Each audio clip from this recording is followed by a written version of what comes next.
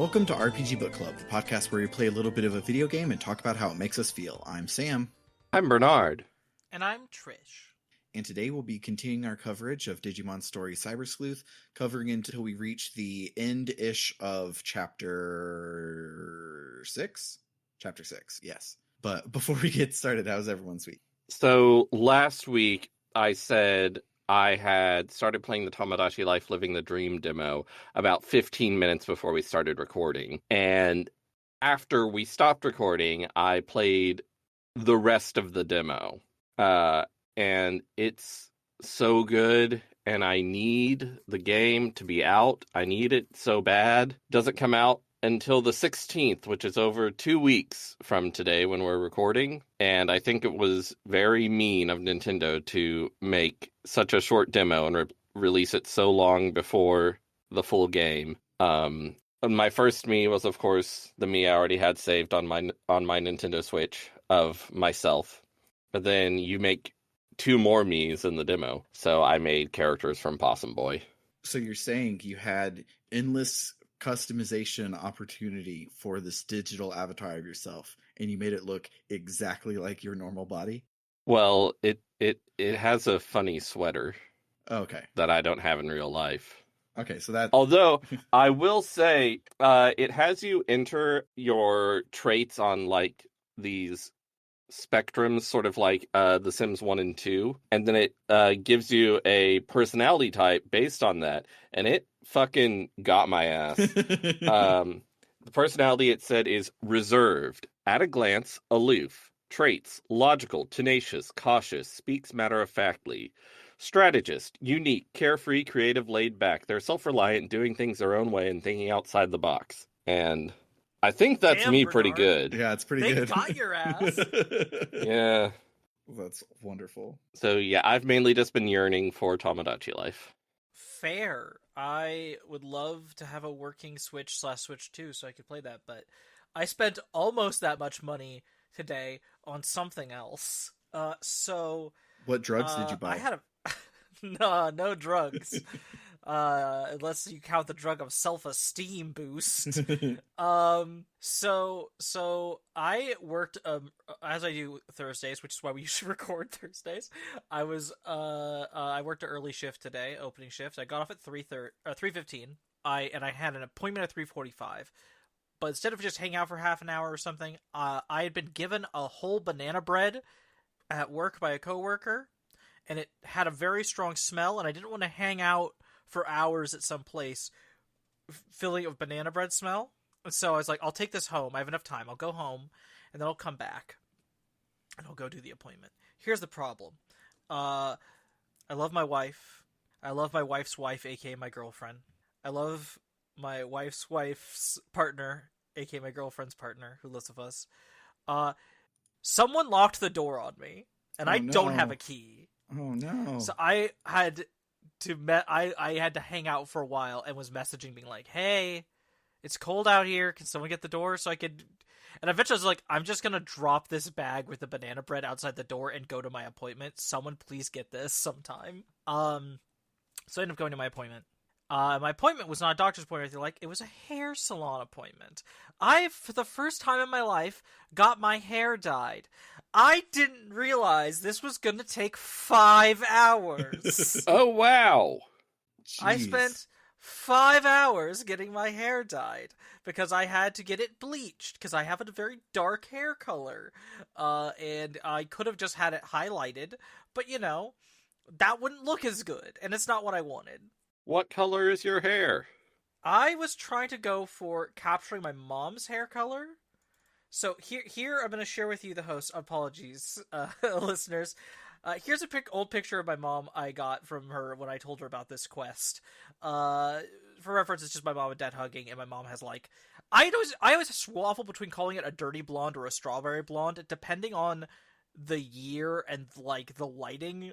It kind of moves around exactly what you would call it, but it's something in that range. And then here's what I got.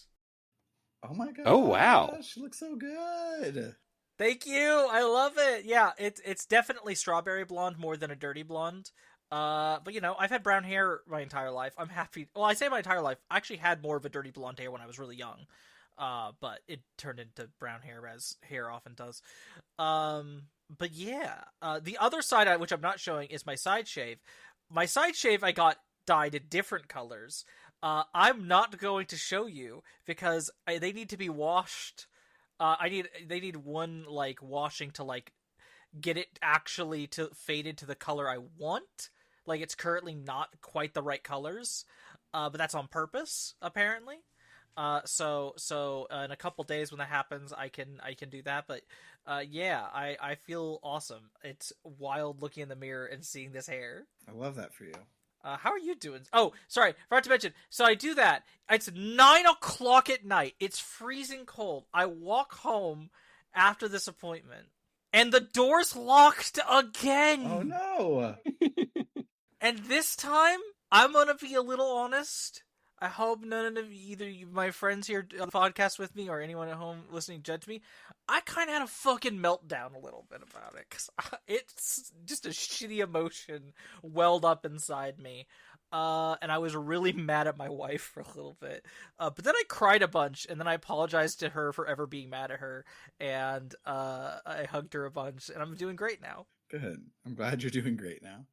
I hate ever being mad or upset at someone I care about, and whenever I do, I immediately have to, once I'm feeling better, apologize for being upset. Maybe that's not a healthy reaction. I don't know. What have you been up to, Sam? I'm not a therapist. I don't know. This is not therapeutic advice. But yeah, so my week has been stressful for no good reason. So, as we talked last week, I had the stakeholders for one of my apps connect with me after 2 weeks when they were supposed to be testing and turn it on for the first time in the meeting when we had connected, and that had made me really mad. So I told them, like, okay, well, over the next week, like, do it again, and then let me know at the end of next week, like, what all you find out in testing so I can do it. And they were like, okay, cool, we'll show it to the team on Thursday. So they messaged me today because it's the first time that they've turned it on in the week since I told them to do it again. And there were more issues that I had to fix. And on top of that, this team is made out of dum-dums. And I say this with love because only dum-dums would have 3 different nouns that they call all of them referrals.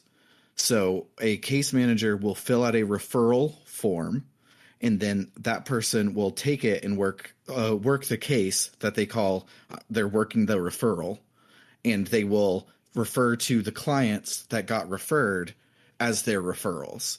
Everything is referrals, which is stupid, and you can't program that. So I made referrals, clients, and case, and here we are 6 months into this project, and they're still asking me, well, what's the difference in the list of my clients and my referrals? And I audibly vented my frustrations moments before they were like, well, can we just hop on a call so you can explain it? And so I was like, I have a meeting for like 30 minutes. So when I'm out of my meeting in 30 minutes, then we can call, because I have to calm down or I will be yelling at you, because what the hell? And so, yeah, that was great. And that was fun. But, on the other hand, work is pretty cool because, one of the apps I'm fixing was kind of like fundamentally weird. And I asked my boss if I could just redo all of the logic and take a few weeks to do it. And she said, yeah, she would rather it be good and serviceable than finished and a clusterfuck. So cool that my boss trusts me enough to just let me restart a project that was basically at the finish line. And so I've been working through that, and that's been fun. But the only other thing that has happened that has been stressful for me is at Dad Island for Girl Scouts, where all the dads are hanging out in the cafeteria while Girl Scouts is going on. One of the dads is very very pro AI and doesn't understand what AI is doing, and will, with his whole chest, say that like, oh no, they're getting really smart and they're going to do things. And I'm like, they can't think, they're just autocomplete. And he goes, no, they're working on that they're going to figure that out. And I'm like, okay, whatever. And he also was saying a whole lot of things that sounded like the American empire is good actually, and everyone will be sad that when it falls. And I would just never associate with him anymore, except that's Scarlett's best friend's dad. So yeah, that's a lot of fun dealing with that. Hate that for you. That's awful. Yeah. I'm just gonna have to. I've been bringing my Game Boy to Dad Island, and about 15 minutes into the hour for the past 3 weeks, I have just stopped being a part of the conversation and just played on my Game Boy for the rest of the time because I can't. So I then had a lot of issues with Digimon, which we will get into as we go through the thing. So we should probably go through the thing so I can talk about the rest of my issues. Speaking of retreating into cyberspace instead of engaging with the real world. Hell yes.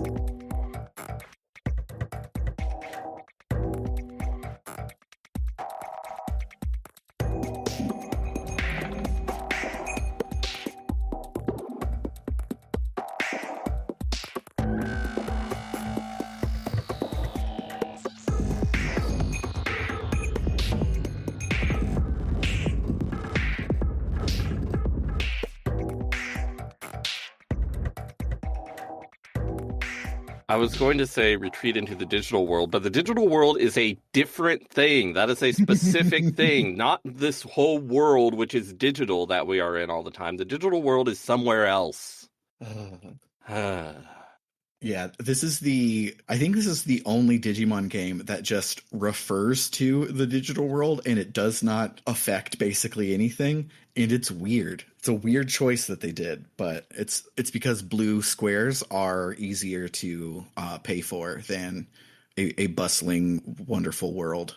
Anywho. So when we last left our heroine, she saw her goth wife in the hallway outside of the food court, and her goth wife needed help with another case, which brings us to Chapter 5. The search continues. Yuko Kamishiro. Yuko tells us that she believes that her father, Satoru Kamishiro, did not in fact commit suicide as was previously reported, but that something fishy was going on at Kamishiro, and they offed him. She thinks that Makoto Yamashina, the guy that we followed last week, may know something about it, which is why she sent us after him to be a test to see if she could trust us, because she doesn't have a lot of people she can trust. Yamashina quit Kamishiro right around the time that her dad died, so even if he isn't connected, she thinks he might know something and we might have a lead from it. But she gets a call from Rie and has to leave before we can get any more details from her. Kyoko asks Totina to go visit the Yamashina home one more time and learn what we can. When we get there, Makoto again tells us that he doesn't know anything about Kamishiro and he hadn't heard about them before until we brought them up. Or maybe it was on the news? Or maybe his daughter said something. He suddenly feels really dizzy and needs to lay down and tells us to go meet up with his daughter, Chika, because she knows everything. This is also how I react when someone asks me about an old job.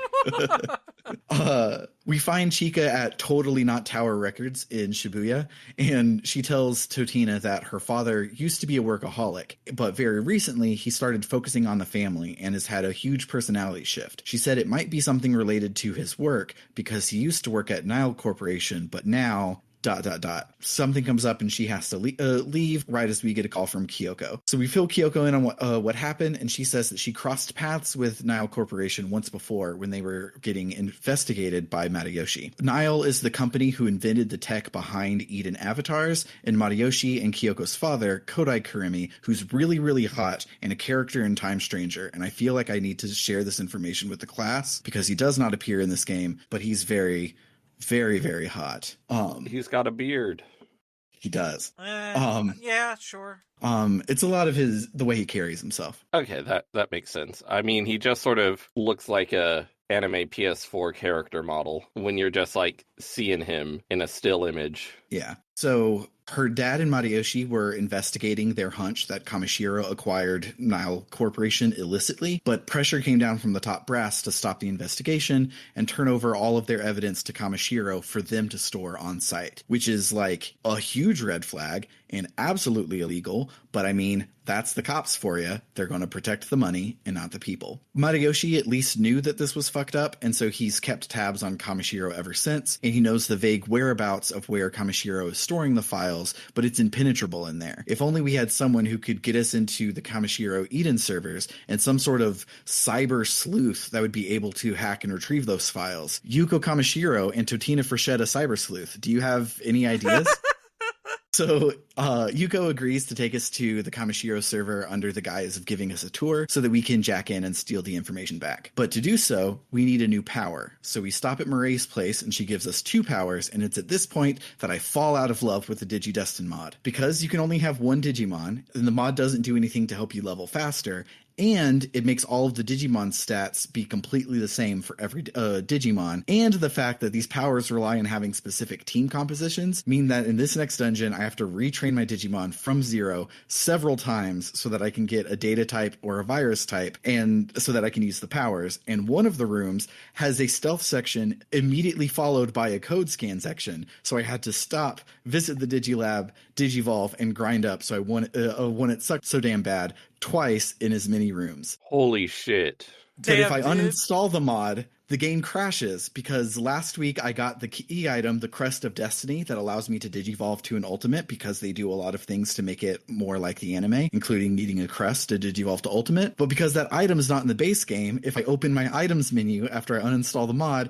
it crashes the whole game, because it's a key item and there's no way for me to throw it away. So I can't digidestin my save file at all. Damn. So this weekend I'm going to start the game over without the mod, but still with the challenge of only using a single Digimon, but it'll be self-imposed so that I can have HM slaves in my reserve team, and then I can use the Digimon that I scan throughout the game as EXP food so that retraining doesn't suck as much. There's a cutscene skipper mod, so I'll be able to catch up pretty quickly over the weekend, but there's a reason we only did 2 chapters instead of 3, because this part took stupid long for no good reason. If it wouldn't do the thing where all Digimon have the same stats, then it would have been fine, because I could have digivolved forward to a virus or a data type, and then I would have ultimate level stats, and that's basically equivalent. But because everything has the same stats, it puts me back at shitty baby level 1 stats, and I die in 1 hit, and it sucked real bad. So that sounds nightmarish. It seems like the mod could have just removed the requirements for the HMs, because I don't even think about those requirements. I just manage a fairly balanced team and never have to think about that. Yeah, they removed the requirements for having multiple, because to get the higher level 1 wall hack ones, you have to have 3 champions or whatever. Or 3 and so they made all of those only require 1, but they then didn't make the type ones not require the type. I was not even aware of the type requirements. Because I always try to have at least 1 virus, 1 vaccine, and 1 data in my team. Yeah. See, that would be smart, but I'm going for all hot women Digimon, which unfortunately means for a while now, my party comp is normally 2 datas and 1 non-affiliated one. So I've had to go in and grab other stuff to fit those requirements sometimes, and it's very annoying. Yeah. And now imagine if every time you did that, you had to stop and grind for 15 minutes. If I imagine that, I'm going to go mad. Yeah. So this sucked. I wish that they would do this mod and just not fuck with the stats. If they just didn't fuck with the stats, everything about this would be great. I would have literally no notes, because I wouldn't mind regrinding to get the different skills and stuff. I was enjoying that last week. I talked about how that was so much fun, but it's the fact that every time I digivolve, I'm back to shitty baby actual level 1 Digimon, and that's untenable. I can't do it anymore. Anyways, so while Totina laments the game design choices of a modder on the internet, Yuko is chilling in the Kamishiro lobby in Eden, and Kyoko calls her and says that Yoko is a natural. Not Yoko, that's both of their names at the same time. Kyoko calls Yuko and says that Yuko is a natural at breaking and entering into the digital world. And I'm she told 1 lie in this whole thing, and it wasn't even a very good lie. Kyoko, why? I guess Kyoko's trying to be encouraging. Yeah.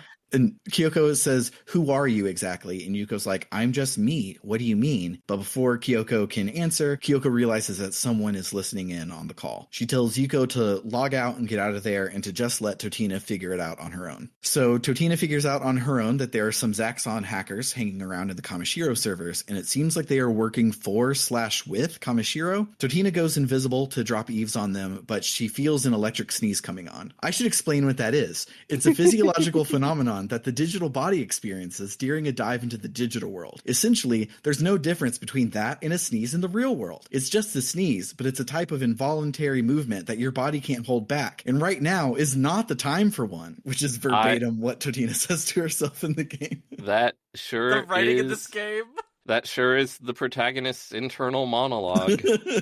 All the time I'm thinking to myself, I'm like, I should explain what that is. I mean, hey, they're doing more than dot hack. That's true. Dot hack, they would have just fucking sneezed. And it would have been like, did they type /sneeze? I have to really quickly go back a little bit. There's just a bit, we've talked about before, the ways that this game gets so much gayer when you play as Totina instead of Totino. And when you go to the company place for the first time with her, she just, the dialogue is just so full, gay. It's so gay. It's like, huh? Not that way. Don't think about it that way. Like, it's so tsundere. I love it. Anyway, continue. Yeah. Yeah, later when you meet up with Date officially for the first time, she's like, "You better not be having dirty thoughts about me." And I'm like, "Is Totina just like a loud lesbian? Like, can everyone just tell?" Obviously. Have you seen how she dresses? That's true. So Totina sneezes and loses control of the stealth program, so the hackers see her. They make like they're going to attack her with their Digimon, but before they can, Yugo shows up. He seems surprised that those hackers are there and that they were given access privileges to the Kamishiro servers. But if Yugo didn't send these Zaxxon hackers, that must mean that they're from the Renegade sect of Zaxxon, the one that's led by, oh no. Oh no! Off screen, you hear, "Yes, I am Jimmykin!" The nightmare begins. Yugo asks Jimmykin what he's doing here, and Jimmykin turns it around on him and says, "Well, Yugo, what are you doing here if you're not with us?" But actually, he doesn't care because he's here to kick Totina's butt with his 2 blue Miramon. Totina kicks his butt instead, and without help from Yugo, I might add, like after the thing, Yugo's standing like by Totina, like, "Oh yeah, we showed you." And I'm like, a machine Dramon would have helped. That would have been great. It would have been awesome to have some help here, but no, whatever. And so after we beat him, Jimmykin is like, "I feel sick," and heads out. Yugo tells Totina that he's disabled security in the area, so if Totina leaves now, she should be able to get out safely, but she should go now. So Totina meets up with Yuko in the lobby, and Yuko says that they should be safe if they GTFO, because they haven't caught them, and it's not like Kamishiro will like put out an APB for them or whatever, because they don't want to admit that they got hacked again. And so they head out and head back to the agency. At the agency, the gang pores over the files, and they find that Makoto Yamashina was the head researcher at Nile Corporation before the buyout, along with another person, Akemi Soedo. Soedo's research was on turning human thought into data and was the foundation for what would eventually become Eden. Matayoshi asks if he can take over the case for a bit since he's been working on it for so many years, and Kyoko says, of course, by all means. So then, 1-2 skip a few in the next chapter, Makiko Date shows up at the agency to request our help. Recently, a bunch of people have gone missing in Akihabara, but Date doesn't have enough evidence to prove any connections between the victims, but she's sure that something's up, so she asks Totina for help looking into the disappearances. Totina agrees, and she asks around, eventually meeting this young, love-struck boy who's too nervous to ask out his crush, the flower shop girl. He says that he knows something about the disappearances, but he needs our help to ask the crush out, and then he'll tell us. And above all things, Totina believes in love, so she agrees to help him and go and ask out the florist for him. But when she gets to the florist says that guy's actually a stalker, and he's been trying to get her personal info for a while now. And Totina is pissed. She won't stand for that shit, so she runs back to beat the shit out of the guy in person, like not with Digimon. She just like rears back her hand to punch this little guy, and it's amazing. All the dialogue options are so incredible. They're so good. He cowers before her rage and he tells her what he knows, that the victims all hang out in the Kami Mani forums on Eden, a place for comic maniacs and indie mangaka to hang out. Totina tells him to never talk to her or her daughter again, and he runs away, and Totina heads into Eden. At the Kami Mani forums, Totina runs into a girl who says that she has an idea of who it is, but she doesn't want to talk in Eden in case that person can overhear, so she wants to meet us at the bookstore in Nakano. And I mean, good thing that all of these people that we meet online live within walking distance of our place of business. Also, couldn't they just, like, does Eden not have DMs? Right? Or just go to a different place, like, oh, I can't tell you here, meet me at the community center or something. But no, they have to log all the way out. As Totina is leaving Kami Mani, she runs into Arata, who the rest of this chapter will try and hide the fact that he's an otaku, and it's annoying to try and write around all of that. So here it is. That's the joke. He's a nerd, but he acts tough. Arata Sonata, everybody. The fact that they tried to bury the lead on that is like, this motherfucker has looked like a nerd since the moment I met him. What are you talking about? Yeah, he's supposed to be the cool, aloof anime boy, but he's what nerdy people think cool, aloof anime boys look like, and not actually what cool, aloof anime boys look like. He looked like a dork, and it was, and his whole shtick was just annoying instead of interesting. Yeah. So Arata agrees to help Totina, and they meet up with the Kami Mani member back in Nakano. She says that a while back, an anonymous manga was uploaded to Kami Mani, and it was derivative, but not bad. But the comments ripped it a new one for being just like something else. And it was those people who left those comments that were the first disappearance victims. But the manga and comments had been, me too, had been deleted, so we can't investigate it. Arata reminds us that we're in a game about hackers, and so he hacks the mainframe to get the historical data about the site and find out who drew the manga. But while he's there, he notices something weird that seems like it could maybe be a Digimon program, but corrupted, which means it might be an eater, and an eater might be involved in all of this. The data seems to be stored in Kowloon, which means something in this world. I know computers. I don't know how that would work, but whatever. It's a place we can go, so we can go fight some Digimon. So we head there and decrypt the data in person, I guess. And when we access the data, we get connected to something really weird. A Wisemon says, "Don't look, don't look, don't look, don't look, don't look, don't look, don't look," over and over and over, and then attacks us through the connection. Meanwhile, in the real world, we see the girl from Kami Mani that we met in Nakano is hanging around contemplating if she should go to the cops so that she knows about the disappearances or not, when a girl in a florist's apron approaches her. The girl from Kami Mani recognizes the new girl and says that they've been worried about her since she stopped coming to the forums and they feared the worst. The florist girl tells her to go to Akihabara, and the Kami Mani girl says, "Oh, okay." That scene would have been so much easier to talk about if they had fucking names, I imagine. Yeah, we don't learn either of their names until the end of this chapter, and at that point in my notes, I was like, it's too late. I'm not giving them names. They're just going to be Kami Mani and Florist the whole time. Yeah. Back in Eden, we kick the Wisemon's butt, and it runs away. Arata hacks the mainframe to backtrace it and sees that the Wisemon went to an abandoned internet cafe in Akihabara called Ahibakara, which is a great name for a place of business in Akihabara. And he says that must be where the culprit is making their headquarters, and they're doing all their shit from there. Arata then begs Totina not to be a narc and just go with him to handle this and to leave Date out of this. And Totina, in the text, decides that she likes cops more than her friends, and any suspicion of propaganda disbelief I had last episode is shattered, so she tells Date where to meet them. I mean, I do agree, except for the fact that you referred to Arata as her friend. I think that's a strong word. That is a really strong word. I was like, listen, I'm not even talking about me. I wouldn't call. No, I don't feel like in the game place where she would call Arata her friend. They're acquaintances. They know each other. They know each other. They don't dislike each other, I don't think, but friend. So Arata rightfully says that their partnership is through after this because she called the cops when he explicitly asked her not to. But for now, we have to head back into the alleyways of Akihabara and hope that it's not a dungeon. Shit. The digital wave hits, turning the streets into another glitchy version of Akihabara, and we vow to go defeat the Eater and return everything back to normal. But along the way, we see the girl from Kami Mani, and she's frozen in place. Arata recognizes her as a regular on the forum and realizes that she must be another victim. But if we take out the Eater, hopefully everything, including her, will return back to normal. But then later, we run into the stalker guy from earlier, who isn't a member of the forum. So why is he here? Totina realizes who the culprit is, and we run into Suedo again, who is still a weirdo.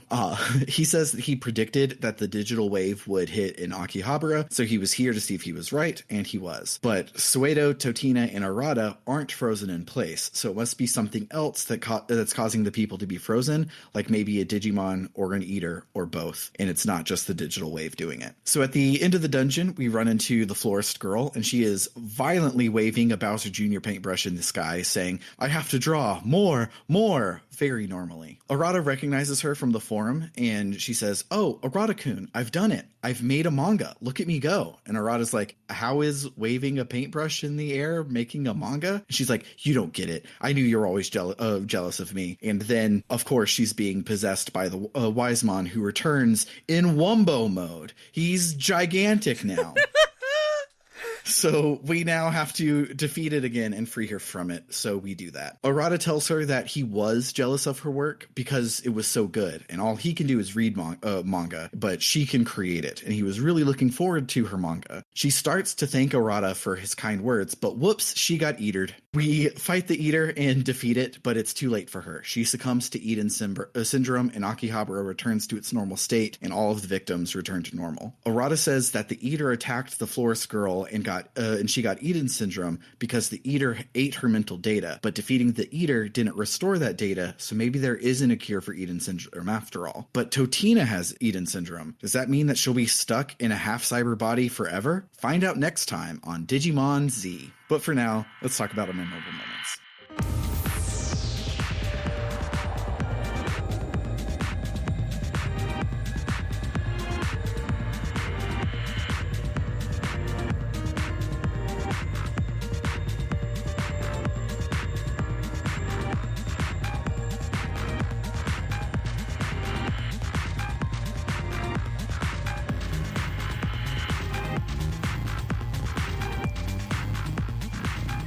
So one fun thing about the labyrinth that we go to this week is that it makes you a girl. What? What? So there are lots of NPCs around, and you can investigate them, and every single one it says, "She's frozen, but seems to be okay," or something like that. Every single NPC it uses she. Even though half of them are the male NPC character models, everyone it uses she. So it makes you a girl. You know what? I can't fault your logic. You're correct. Also, when you're talking to Suedo, and I think this happens in a couple other places, maybe in the chapter I played, but we're not covering this week, but I know it happens when you talk to Suedo. You get a dialogue option, and it's really long. You just have one option that spans 2 lines, but you can still move the selection cursor between the lines. Yeah, I love it. They do it sometimes where it's like, this is just a long line, but they also play with it. Other times there's one where Kyoko asks Totina to get some rest, and your options are, "I'm not tired yet," and "A worried client and a puzzling case are calling," and dazzling rewards await us. So the third one then lets you know, oh, she said all of these things, and it's very good. Yeah, the Suedo one, it's, "Hey, that's the labyrinth phenomenon. When you formally publish, you should call it that." Yeah. I'm really sad that my favorite silly thing in this game so far I was excited to talk about, but I think that was part of... I mean, is it... So I've been playing while we're recording. I just got to where it's the words Chapter 7 came up, and this happened before that. So it is in Chapter 6, which does technically mean it happened as part of today's thing. Yeah. I didn't do the, like I said last week, every few chapters there say, oh, I guess I should do my day job so Kyoko doesn't get mad at me, and you have to do a bunch of side quests, and one of them is important. I didn't cover the important one because I didn't actually get this far because I hate this mod. So I just stopped here. So I was going to tell you so there's one where, funnily enough, it features a Lilymon, which I have a Lilymon in my main party. But it's about a guy being like, for some reason, all these pictures of flowers keep appearing on my phone, and I don't understand why. And you go in, and of course, there's a Lilymon, and they're selfies of her that she's putting on his phone because she's fallen in love with him and is trying to, like, make sure that he doesn't go for anyone else. And when you tell him about this, his response is, Oh, well, I'm not interested in women. I only like men. Which is delightful. I'm just a little annoyed that Totina's reaction is like a shocked, sweaty sprite, and I'm like, okay, that wasn't... Now you're making that into, like, a punchline in a way I don't like. Yeah. But Yeah, the fact that it's Totina and not Totinos also says weird things about gay because they just didn't change a single line to for the female protagonist. So it's like, oh, the boy would be 100% just making a shitty homophobic joke, but it being canonically gay Totina makes it extra weird.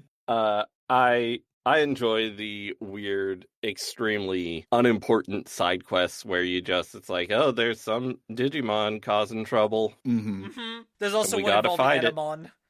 That Oh, yes. You were away for a second, Sam, but me and Bernard talked for a bit anyway, and we were talking about Edamon, and I was talking about how in the old original adventure he had a Elvis voice for the localization. And just when I was like, oh, this is a side quest involving a record store. Oh, that's kind of fun. Oh, it's Edamon. Of course, it's fucking Edamon. I should have known. Oh, I always forget he's ultimate level. He does not feel like he should be ultimate level. Definitely not. So in Nakano, you can see some posters like in the arcade area for one of the Tekken games. I'm like, oh yeah, because Bandai and Namco are the same company now. That makes sense. But then in Akihabara, I think, there's a giant Sega sign. Yeah, it's because they're giving it verisimilitude, and the Sega building in Akihabara is a big famous landmark. And so they probably asked Sega, like, hey, can we give you free advertising? And Sega said yes. So then they asked Tower Records, and Tower Records said, no, you should use really shitty Wild Words font to say something else where the Tower Records logo goes. Sega's pretty chill. It makes sense. So when the florist tells you that guy's a stalker, you have a dialogue option. You can say, a stalker? Unforgivable.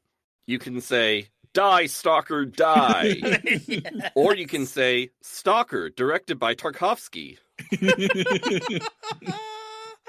Which is one of the weirdest jokes I've seen in a JRPG. This game is weird. It's so weird. I love it so much because, like, all of the ways that it sucks in such a bizarre way that it, like, turns around and rules anyways. Like, the writing is bad, but they make choices instead of it just being, like, machine translated. It's like, oh no, this person was going for something. What they went for, I don't know what it is. It feels Woolsey-esque, is what I had told Bernard before you showed up. I feel it makes me think of Final Fantasies 4, 6, Chrono Trigger, Super Mario RPG. Like, it's that weird age of, like, I don't think these jokes were in the original translation or the Japanese, but I'm okay with that because I think these jokes are funny. Yeah, it feels to me like it was done by very competent and creative and passionate people who really wanted to do something great, but also did not have any resources to actually, like, look at the game and stuff. Before we started recording, I told Trish my theory that the Digiline stuff, I think all the messages you receive and the messages you send, I think they were on, like, different parts of the spreadsheet and you couldn't see, like, what's in response to what.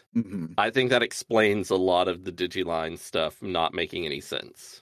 Yeah, because it doesn't make any sense. And several times there are ones where it'll be like, oh, hey, what's the answer? And you're like, the right answer, please. And they're like, no, that's wrong. The answer was the right answer. They do it. Several of them are broken like that. And it's weird. Yeah, I think if I recall correctly, I didn't take a screenshot of this, but there's one where, like, Arata sends something to you and you respond and you're like, is the girl from the forum okay now? And he responds something like, yeah, I'm fine. I'm glad there weren't any injuries. I remember that bit. I was like, that doesn't answer what I fucking asked, my dude.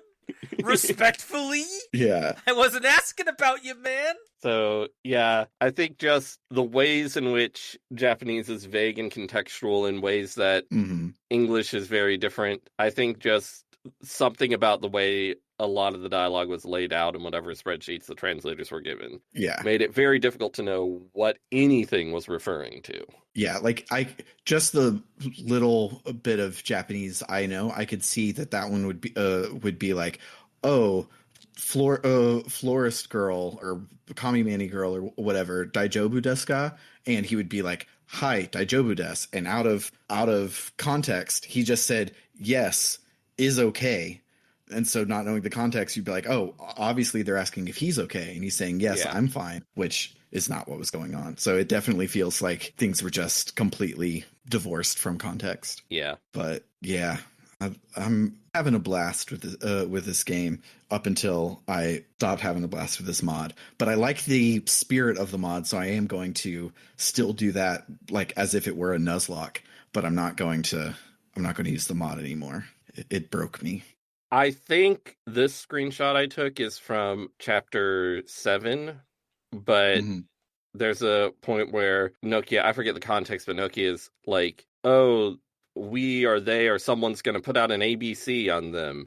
And Totino's or Totina does the huh expression. And Nokia says, what? An APB? Why? What did I say? I totally said APB. Oh, that's so good. Nokia's so weird. I love Nokia. The thing is it's like you get a feeling at first like, oh, so this is our popular girlfriend. She is here to be the girl. But she's such a weird dork. Yeah. This also might be, I think this is actually one of the big side quests in chapter 7, so we'll talk about this next week. Did y'all get to the side quest with her and eggs? No. No. Okay, well, it's weird. She's a weird person. Now you've used the word egg associated with her, and now I'm thinking as comparing her to Nanami from Revolutionary Girl Utena. If you know Nanami's egg, you know. But yeah, this game continues to be weird in a way that rules, and I really like it. Does anyone have anything else they want to bring up before we wrap it up? I can't wait until we kill Jimmikin. Save. I wanna. Like, I want strangle him. I want to be in the battle, and then I press over, and it moves from his Devimon or whatever to him, and I just unleash a big-ass Mega Machine-Dramon attack onto him. That's what I want. Oh, so one thing about this franchise I'm finding is this happens in Pokemon too, but I'm finding it's much more a thing in this where your beloved favorite special Digimon can turn into something awful that you hate. Yeah. Mm-hmm. But now the branching tree is everything digivolves into 7 other things. Yeah. So you at least can try again. Yeah, I had Stingmon, who is, this wonderful common rider, and Stingmon's great. I love Stingmon, and he has this his unique ability, Pierce's Defense, which is really good. So I level him up a lot, then I'm like, I should Digivolve Stingmon. I have to ask really quick before you continue. Did you evolve into Stingmon from Wormmon? Wormmon is yeah. I love Wormmon so much. It's my buddy. Okay, continue. Wormmon to Stingmon is quite a jump. It was a really big jump in the anime too. Wormmon spent an entire season being spent like an arc being the big bad of the arcs. Like, oh, okay, sir, if that's what you want. Just a little guy. So I did evolve Stingmon, and it becomes Infirmon, who I hate so much. Do y'all know Infirmon? Yes. That's terrible. Not off the top of my head. It's the one from our war game. That doesn't fucking tell me anything. I've got it in just a second. From Digimon the movie. Oh, I can see the connection, but I hate it. No. Infirmon actually has an interesting support skill where every attack has a 10% chance to insta-kill an opponent. That is cool.